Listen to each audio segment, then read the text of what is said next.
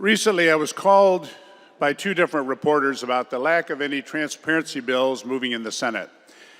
After some discussion about my transparency bills, they asked me if I was a Johnny-come-lately to transparency. I provided them with my transparency bills, not inclusive of other bills I also co-sponsored and voted for, going back to my first years in office about 8.5 years ago. As the interview concluded, in each case, they both asked essentially, neither you nor any of the transparency bills are moving in the chamber. So they asked, what do you suggest needs to be done to change the system in Michigan? I responded that the media should follow the good advice of my mother given to me back in my youth. Back then, I related to my mom about some kid or whoever who was untruthful and deceptive, and it caused me some trauma. My mother was one of the smartest people I've ever known, and she counseled me, Jimmy, there's one thing that you must learn about people. There are many kinds of people out in the big world, and many will have secret, hidden agendas that will conflict with what they tell you.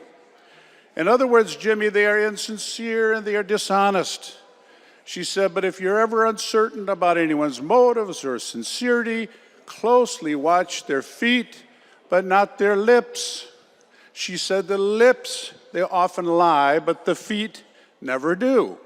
She said, watch what they do, not what they say. My mother had great insight and wisdom, which I still try to follow today. So when these reporters asked me about the seemingly intractable lack of progress on transparency bills here in Michigan and what could be done to fix it, I responded that the one thing that would be of great help is if the media stops watching politicians' mouths and begins focusing on the feet. When committee chairs bottle up bills and then dissemble that they simply don't have the time to hold a hearing, and when the chairs bloviate that they're overwhelmed with grave concern about Michigan's lack of transparency, and it's one of their top priorities. But they need additional months to further digest and study bills.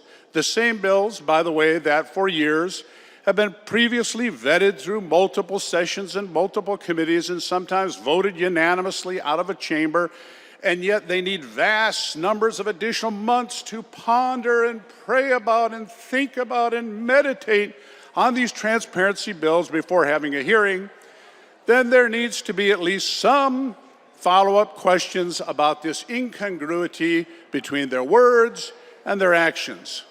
When these chairs fatuously complain that they are simply desperate to find some time in their clogged full committee agendas, then what you, the media, can do to help fix the problem is, as I'm sure my good mother would have counseled, to stop waiting impotently with bated breath and wringing hands and start calling out the foot-dragging culprits.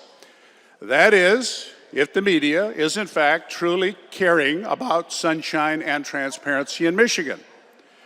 But on the other hand, if there are members of the media whose ultimate goal is simply cheerleading for the current leftist political majority, well then, of course, watching the politicians on Mackinac with their lips expressing all the cagey, deceptive platitudes that having any hearings on any transparency bills are too early and it's not possible this year even, and that this gridlock is absolutely unavoidable.